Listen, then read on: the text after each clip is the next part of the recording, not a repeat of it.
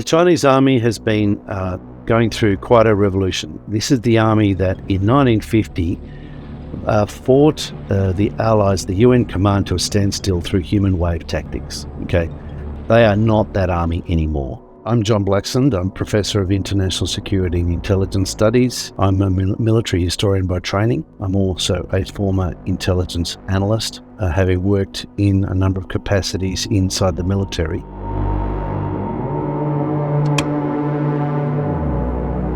They have downsized, they've significantly remodeled in terms of regions, in terms of integration with the other services, with the upscaling of technology, the incorporation of much more advanced weapon systems. This is not a land power that just operates as a land power. This is a land power that now operates and sees itself operating as part of a joint force. It's a lot smaller than it used to be, but that's because they don't see the need for it to be that kind of old-fashioned arm. This is a much more professional, much more military, technologically advanced army. This is an army designed to fight and win, not to be used as cannon fodder.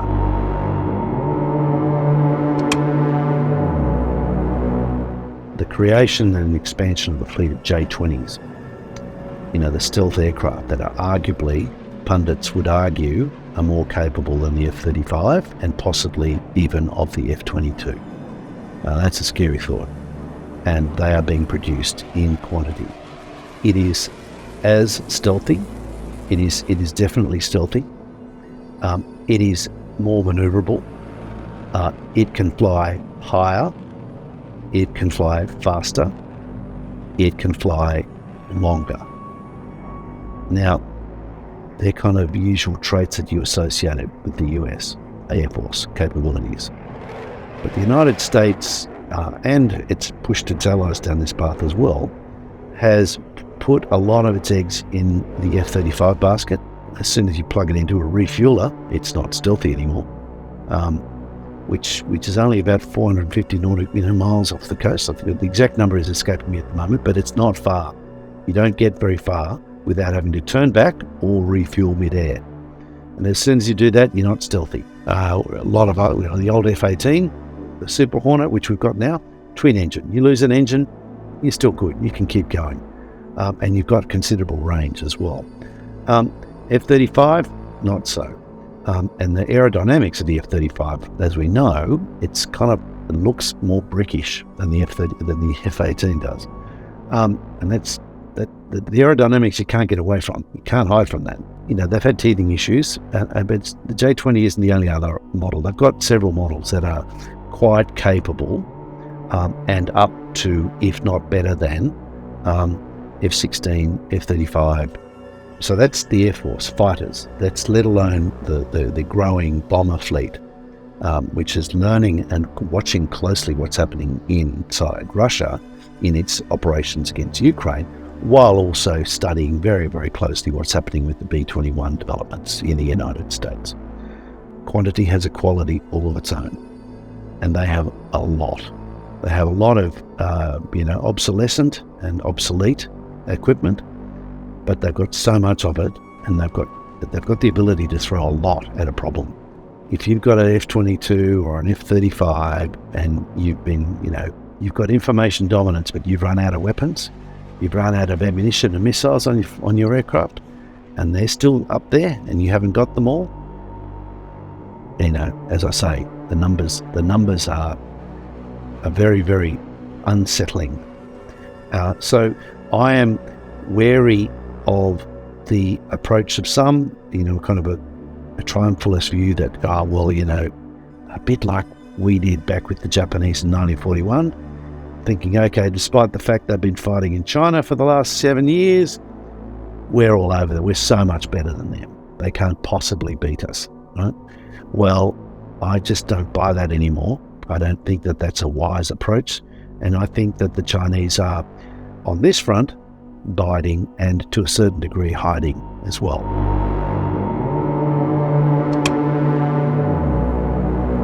I think they are already close to being the world's most powerful navy. And the big difference at the moment is they don't have as many carriers as the US Navy does. But they seem to have the capability to, in short order, manufacture more.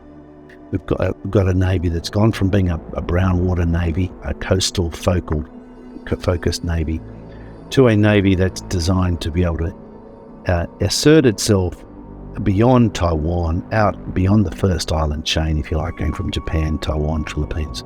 The Coast Guard is very interesting. The Coast Guard is, in layman's terms, it's a pretty darn robust navy. It's bigger than most countries' navies, and its weapon suite on the ships of the Coast Guard are more robust, more powerful, more lethal, more longer ranged than most navies around the region as well. Then, of course, the maritime militia. Then you're talking about vessels that are more comparable to the navies of Southeast Asia, corvettes, smaller ships, not painted grey, of course, but nonetheless still pretty robust. So the approach is layered, it's expansive, and it's accelerating. So they're producing submarines, they're producing ships at a rate of replacing the French Navy, and I think the figure is 1 or 3 years. It's a very short period of time. The rate of production is extraordinary. China's actually been practicing operating far away from its shores. The base in Djibouti speaks to China's desire to remain engaged on long-term operations, long-distance operations, but also to hone the force, professionalize the force, and rotate through crew and commanders and ship's captains who are experienced at conducting operations far from home.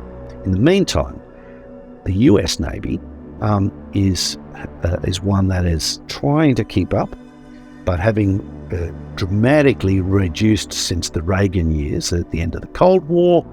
They have got themselves in a position where they're trying to maintain the kind of operational tempo they used to maintain, and in doing so they're burning themselves out. So the ships are old and worn, they're not being replaced at sufficient rate quality, and the crews are not, they're not getting the training, they're not getting the respite, they're not getting the opportunity to diversify and think outside of the box of crisis response. While the US Navy has more aircraft carriers and more nuclear submarines than the Chinese, they have global responsibilities. They're not all going to be facing off against China's 3 aircraft carriers off the coast of Taiwan.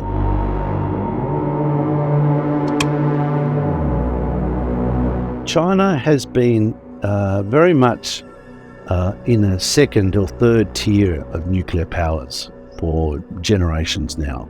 While they've had the bomb for more than half a century, no one's seriously taken China as a threat in terms of prospects of a first nuclear strike from China, simply because they just don't have the ability to back it up, or at least they haven't until very recently. China has invested enormously in this speak, very much doing the hiding and biding on nuclear weapons technology. So they've developed their nuclear submarines, they've developed their ballistic missile capability, a roving one and a buried one, coupled that with the development of hypersonics and, of course, drones and long-range bombers, giving China the kind of spectrum of options for assured second strike capability, the ability to survive the first strike and then be able to retaliate. That's the essence of it. So putting China very much in the mutually assured destruction club, the MAD club, if you like. Why you'd want to do that? Well, you've got to ask yourself, what on earth are they thinking? Well, they're thinking they're wealthy enough, they need the prestige, and they need to be able to tell the United States to back off and let them have Taiwan.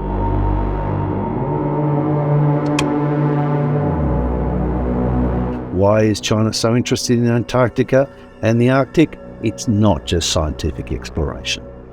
It's got a lot to do with the satellite networks that operate transpolar, that enable them to exercise persistent surveillance, monitoring, and potentially communicating and potentially interdicting in space. The situation in Ukraine is demonstrating that dominance of the space domain is actually proving to be very, very significant. And it's enabling a little country like Ukraine to duck and weave and outlast and outplay a much bigger force. And that's manifested not just in Starlink, but in a range of GPS-related capabilities that allow for precision, for persistence, and range and distance. China knows all this. We are in a race for space, the likes of which we have not seen since the 1960s. And in fact, the parallels with the race between the Soviet Union and the United States are uncanny.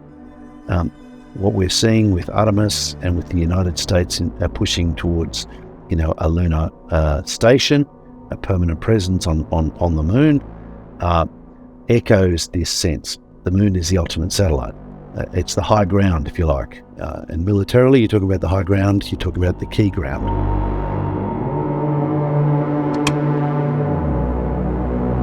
It's very hard to get clear figures on what China is spending. It's very opaque, and the published figures are, most pundits would acknowledge, not reliable. There's no question that they're number two.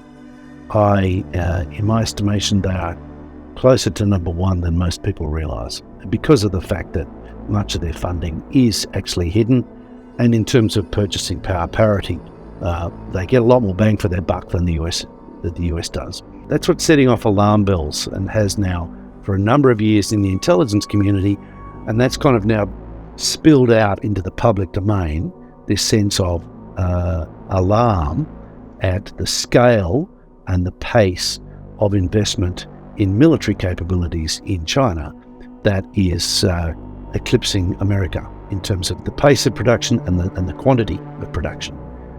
And they masterfully have played, arguably a game of Go with the United States and the West, convincing them that there's nothing to see here and that it's all going to be fine, and that it's a win-win proposition, only to find ourselves in 2022 with the real prospect of a war over Taiwan, demonstrated after Nancy Pelosi's visit to Taipei not that long ago, with the firing of missiles, the cordoning of Taiwan, and the flexing of military muscle, and the demonstration of capabilities that China simply didn't have only a few years ago.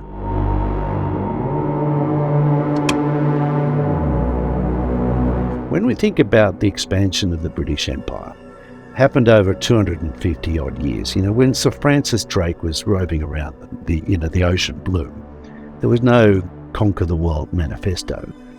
It happened in part because of the Industrial Revolution and the search for markets and the search for raw materials. And then when you need to get the raw materials, you then need to secure your investment.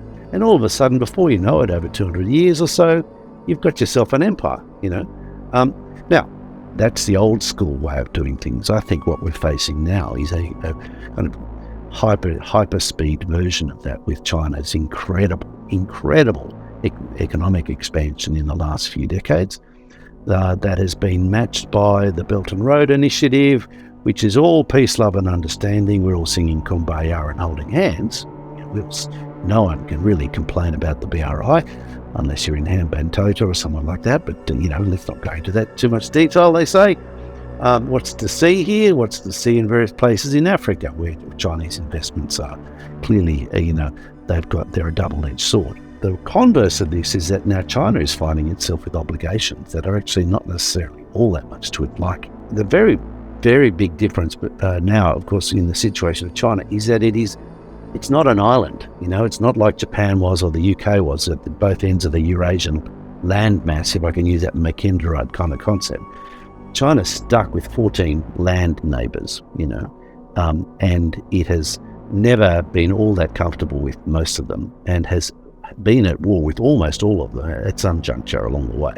We have a situation today where China has been sort of stretching its legs and playing in the South Pacific. It's certainly established the manufactured islands in the South China Sea, which was, despite Xi's assurances to Obama, nothing to see here, folks. This is about tourism. This is about helping in the South China Sea. And of course, what it really is about asserting China's claims, negating the UN Convention on the Law of the Sea, and asserting China's ability to arguably protect itself against the key vulnerability, the Malacca Strait. The Malacca Strait is this, the jugular vein, if you like, for China. The Malacca Straits presents a remarkable point of vulnerability for this great power that has never been comfortable with that territory being dominated by the US 7th Fleet and by neighbours that are more sympathetic to the United States than to China. Of course, that's now shifting.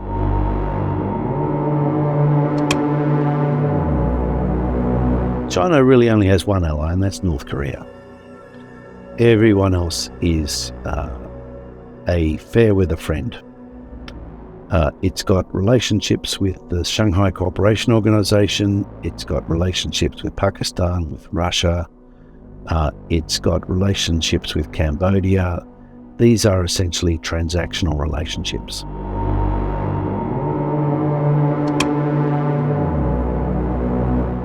We've known for the better part of 2 decades that China has a robust, intrusive, and to a certain extent deniable offensive cyber capability.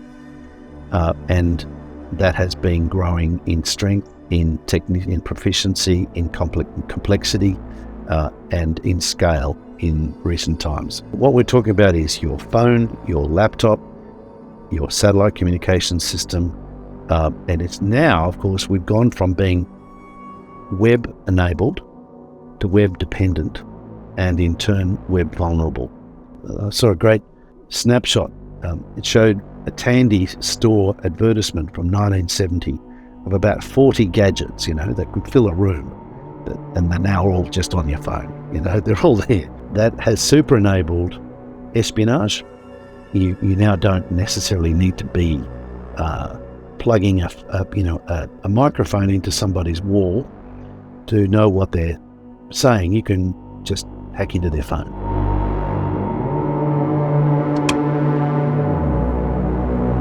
We have in the US Armed Forces, an instrument of state that is a trillion or multi-trillion-dollar hammer looking for a nail, and it is very Clausewitzian in its approach. I don't see that in China. I see an approach to use of force that is much more informed by Sun Tzu than Clausewitz, in which the acme of skill is to defeat your adversary without fighting, to understand your enemy and to know yourself, making yourself so powerful and so imposing and yet also persuasive that the potential adversary, the target for Chinese action, thinks twice and says, look, have it anyway. This is what they've been wanting over Taiwan. This is what they've done with the South China Sea. Basically persuaded most of Southeast Asia to not fight anymore.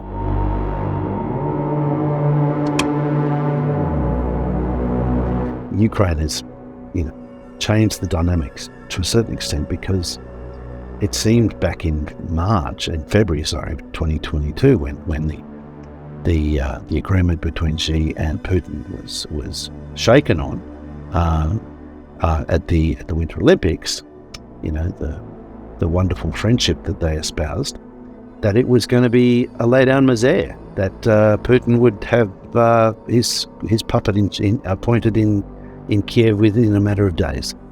Of course, here we are almost a year later, demonstrating to President Xi that you can careful what you wish for, and careful about what you think you can get away with, because in war, no plan survives the first contact.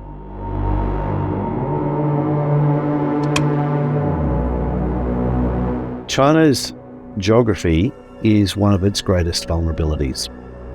It stands in stark contrast to the United States, which is bounded by the Atlantic and Pacific Oceans, a benign Canada to the north, and a compliant and economically partnered country to the south. it doesn't feel threatened. And it is from that base that it has felt comfortable with projecting force and power globally for, nearly 80 years. That's the United States. China, it's almost polar opposites. There is no Mississippi Delta. There is no Great Lakes. There is no a rich, resourceful heart in the middle. There is desert and there's, Himalayan highlands. China, it's got 14 neighbours. It's been at war with almost all of them at some point. It doesn't really trust Russia. It's kind of probably happy that they've had their nose bled over Ukraine, because that means militarily Russia is not a threat to China, and therefore is probably more beholden to China than ever before. China is very dependent on resources, particularly energy resources from the Middle East, and other minerals and raw materials and agricultural products that transit through the South China Sea and notably the Malacca Strait. It knows very well that it is a particularly vulnerable point of interdiction. And it is for this reason that it has sought to establish the Belt and Road Initiative to go across the Eurasian landmass, to go through the Chaopu port in Burma, in Myanmar, to circumvent the reliance on the Malacca Strait, and also to rely on port facilities in Pakistan. These are all mechanisms of a country that is insecure. It knows that its vulnerabilities are profound and enduring. You can't change the geography.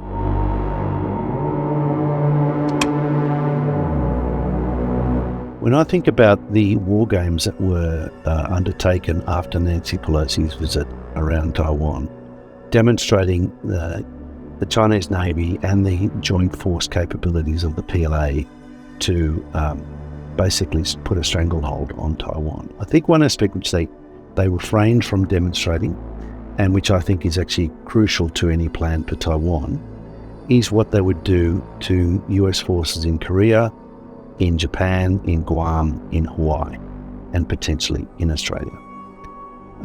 To my mind, there are echoes of the sentiment of December 1941. If they plan to launch, they would have to rule out the prospect of a counter-strike, and that means they would need to cripple in some way, shape or form US forces poised in all of those locations. So if you're talking about that kind of scale of conflict, you're really talking about a world war. And China doesn't like that. China doesn't want that. China wants to bluff its way into getting what it wants. And look, it's actually worked pretty well so far in Southeast Asia. Dang, how many countries in Southeast Asia are prepared to challenge China over its manufactured islands, or over its rejection of the UN Convention on the Law of the Sea and its so-called 9-line?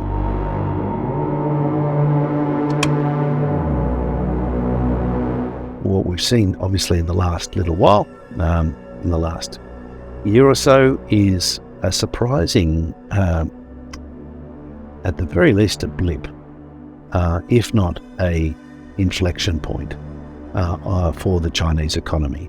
That has, pundits attribute part of this to Xi for his kind of command economy approach to entrepreneurial spirit and economic dynamism, and partly to his response to COVID and the suppression of economic dynamism. I'm not an economist. I only read what economists tell me, but the indicators would suggest that this is the future isn't set in stone. It's not written yet, and the trajectory of PLAN growth similarly is not yet set in stone either.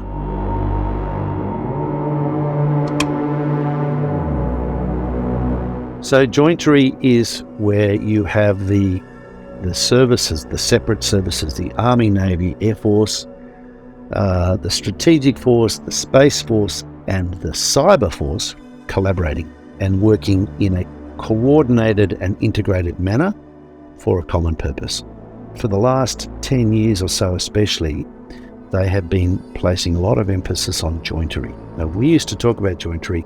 We now feel that we're pretty good at it. We've got that joint force headquarters and permanent joint force headquarters and deployable joint force headquarters.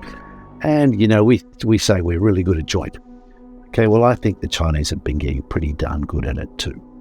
Now, pundits will say, rightly, yes, but the People's Liberation Army hasn't really been tested since they got their nose bloodied against the Vietnamese in 1979. True, to a point, but they've been maintaining an operational tempo of deployed forces far away that enabled them to launch the blockade operations against Taiwan, persistent over several weeks after the Pelosi visit, that they could turn on like that.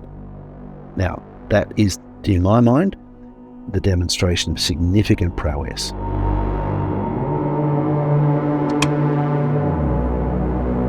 So there's no question that China remains an incredibly powerful country, in part because of its demography. 1.3 billion people, that is huge. It's a huge market in and of itself. It's got huge production capacity, but it's a bit, in my view, a bit like Japan in the 1980s. It was at the height of its economic prowess. It was growing at a pace that was scaring the United States, and yet its demographics were probably on the cusp of coming off the boil, and they're now well and truly off the boil.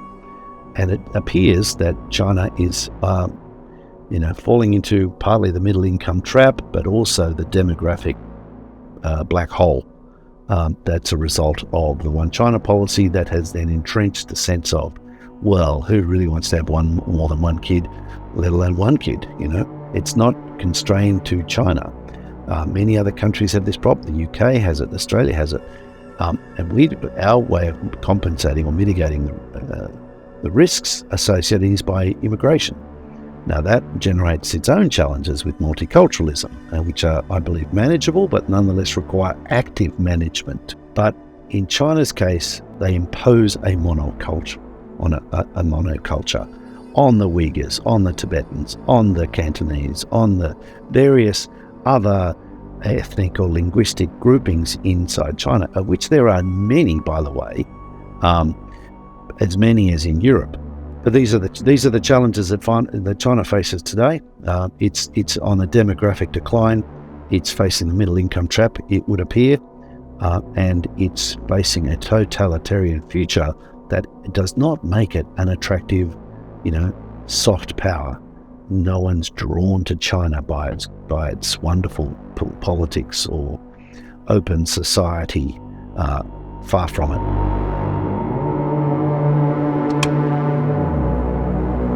This is the great irony of China. It is one of the biggest investors in renewable energy, in solar, in hydro, in wind technologies, and yet it is one of the biggest consumers of gas and coal. It continues to mine its own coal mines. It has a lot of them. It continues to import coal from countries like Australia in unprecedented quantities. It's a great irony, isn't it? It's this country that is so advanced and so cutting edge in terms of the ambitions for renewable energy and renewable technologies, and yet at the same time is the world's largest emitter of carbon. Part of the reason why they want to get away from this reliance on coal and gas and oil is that it would reduce their vulnerability to external strategic pressures. It reduces the Malacca dilemma, if you like.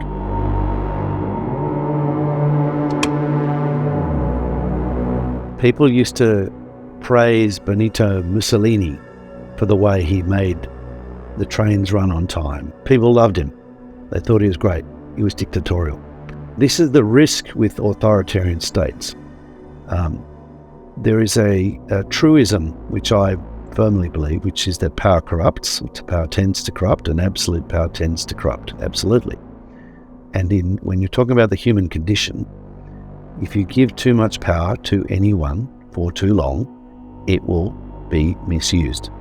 this is one of the reasons why Winston Churchill was right to say that parliamentary democracy is the worst form of government, apart from all the others. Right? There's a certain truism. And yes, it's rambunctious. Yes, it's messy.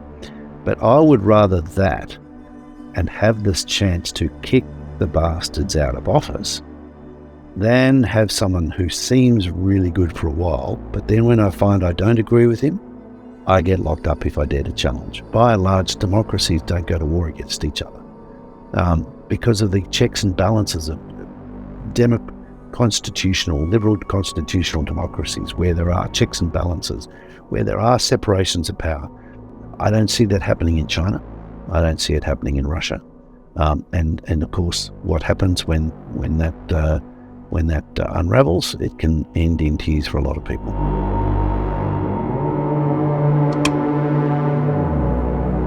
So to my mind, there's no question that China is number 2 at the moment and likely to stay number 2 for quite some time.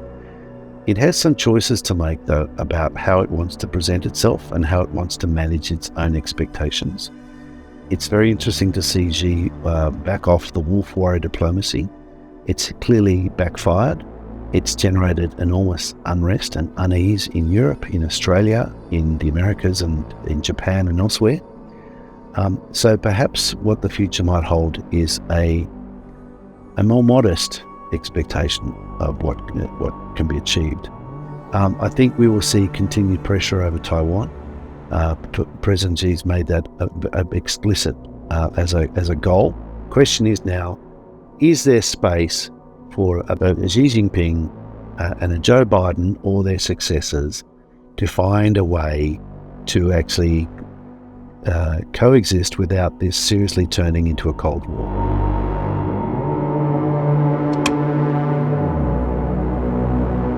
It's with the copy editors now. I'm very excited. It's called Revealing Secrets: An Unofficial History of Australian Signals Intelligence and the Advent of Cyber. It places Australian signals intelligence in a broader historical and global context. But it also takes a bit of a deep dive in parts of how Australia's signals and cyber world emerged.